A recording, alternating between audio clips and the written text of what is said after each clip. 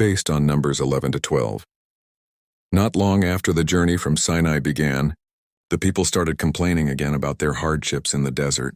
Their cries displeased the Lord, and fire burned at the outskirts of the camp until Moses prayed, and the fire stopped. Numbers 11:1-3. Soon another complaint arose. They grew tired of manna and longed for the food of Egypt, forgetting the slavery that had once crushed them. This ingratitude weighed heavily on Moses, who cried out to God that the burden was too great for him, and that he could not carry this people alone. Numbers 11:10-15. In response, the Lord provided help. He told Moses to gather 70 elders, respected leaders from among the people. God took some of the spirit that was on Moses and put it on the 70 elders, and they began to prophesy, showing that they too were empowered to share the load of leadership. Numbers 11:16-25.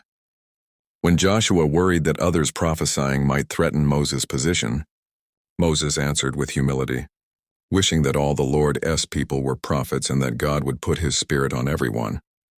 Numbers 11:28-29. Moses' attitude showed a leader more concerned for God's work than for his own status. The Lord also answered the people's craving for meat. He promised to give them meat not for one day but for a whole month, until it became loathsome to them because they had rejected him as their provider. Numbers 11:18-20. A great wind brought quail in huge quantities around the camp, and the people gathered them greedily. But while the meat was still between their teeth, the Lord struck them with a severe plague, and the place was called Kibroth Hattaavah, graves of craving, because many died there in their desire. Numbers 11:31-34. Their hunger for Egypt's pleasures became a warning about discontent and unbelief. In chapter 12, a more personal challenge arose. Miriam and Aaron began to speak against Moses because of the Cushite woman he had married.